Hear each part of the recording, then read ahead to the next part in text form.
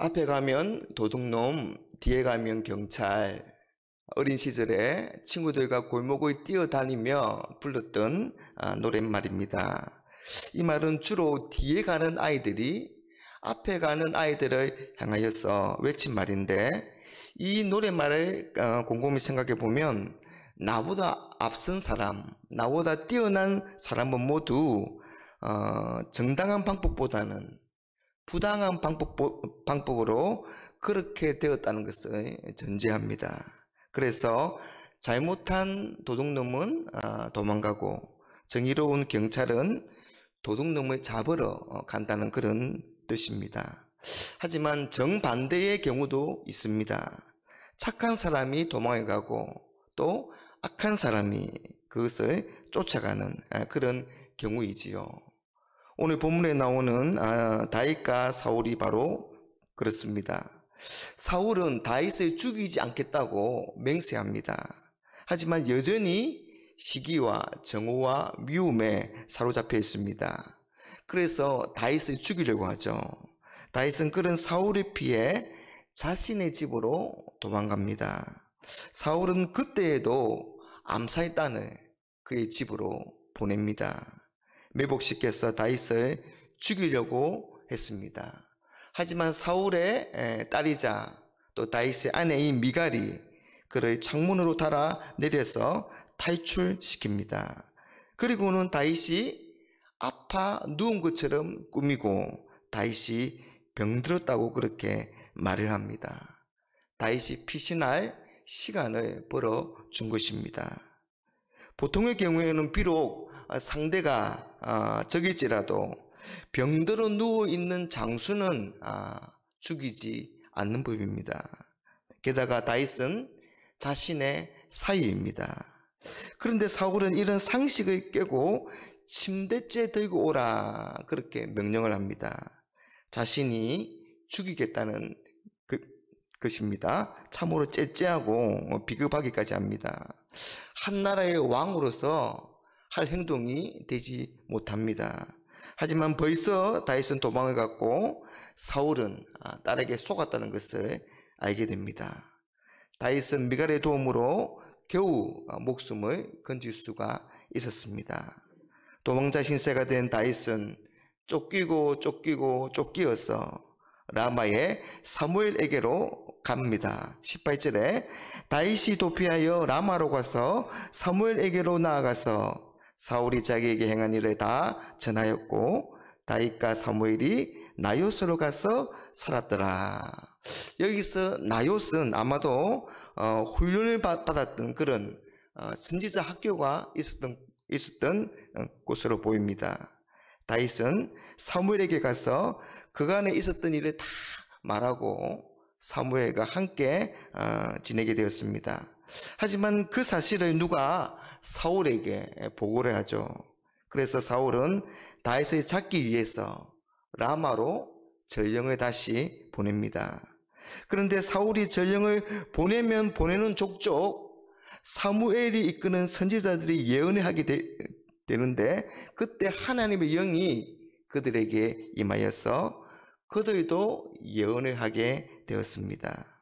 이런 일이 3번이나 있게 되자 이번에는 사울이 직접 가게 됩니다.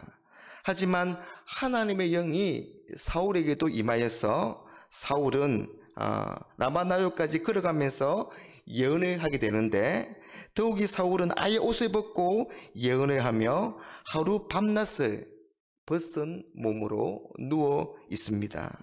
23절 24절에 사울이 라마나요스로 가니라. 하나님의 영이 그에게도 임하시니 그가 라마나요스에 이르기까지 걸어가며 예언을 하였으며 그가 또 그의 옷을 벗고 사무엘 앞에서 예언을 하며 하루 밤낮을 벗은 몸으로 누웠더라. 그러므로 속담에 이르기를 사울도 선지자 중에 있느냐 하니라.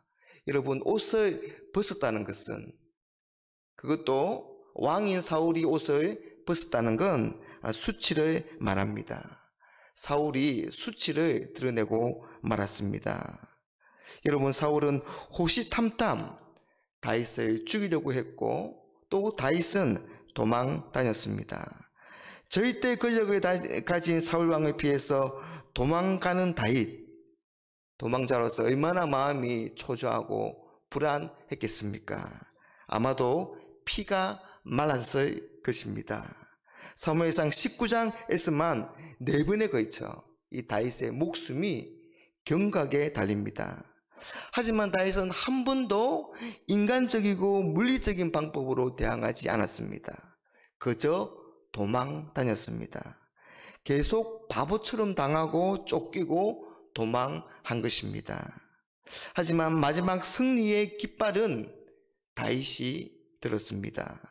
이는 하나님께서 그렇게 하신 것입니다. 하나님이 다윗을 지켜주시고 보호해 주셨을 뿐만 아니라 악을 심판하시고 승리하게 하신 것입니다. 여러분, 다윗의 이런 모습은 우리 성도의 모습을 잘 보여주고 있습니다. 거대한 세상 앞에서 우리 성도가 하나님을 믿는 것은, 하나님의 뜻대로 사는 것은 당장 보일 때 바보 같아 보이고 어떤 때는 참 찌질한 것 같이 보입니다.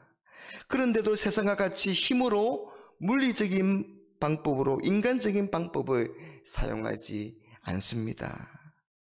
이삭이 블레셋의 땅에서 농사하여 거부가 되자 그곳 주민들이 시기하여서 우물을 막고 흙으로 메어버립니다.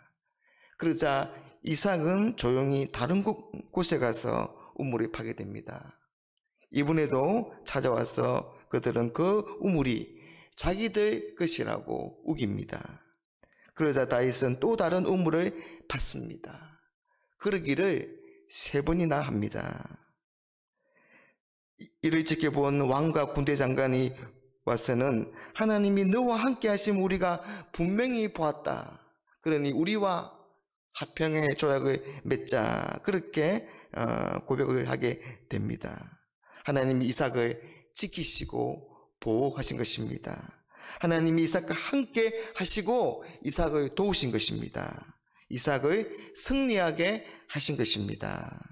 사랑하는 여러분, 우리가 하나님의 백성으로 살다 보면 때로는 이유를 모르는 그런 고난과 고통을 겪기도 합니다. 하지만 하나님이 지키시고 보호하시고 끝까지 함께 하셔서 마지막 순간 우리는 깜짝 놀라게 됩니다. 시편 59편의 제목을 보면 사울이 사람을 보내어 다윗을 죽이려고 그 집을 지킬 때에 라고 그렇게 되어 있습니다. 바로 오늘 본문의 장면들입니다. 지독한 고난과 환난 속에서 다윗이 경험한 하나님을, 그리고 거듭되는 그런 시련을 다윗이 견딜 수 있었던 그런 이유를 알게 하는 시편입니다.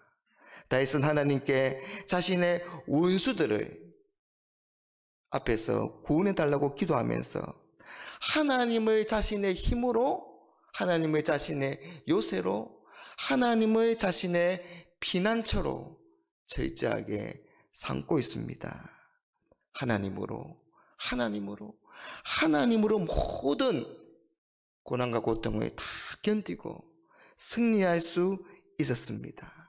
그리고 그 신앙을 가지고 나라를 다스리게 됩니다. 사랑하는 성도 여러분, 우리가 칠흑 같은 그런 고통과 고난 속에 있다 할지라도 하나님으로 모든 것을 다 견디고 승리할 수 있기를 간절히 소망합니다.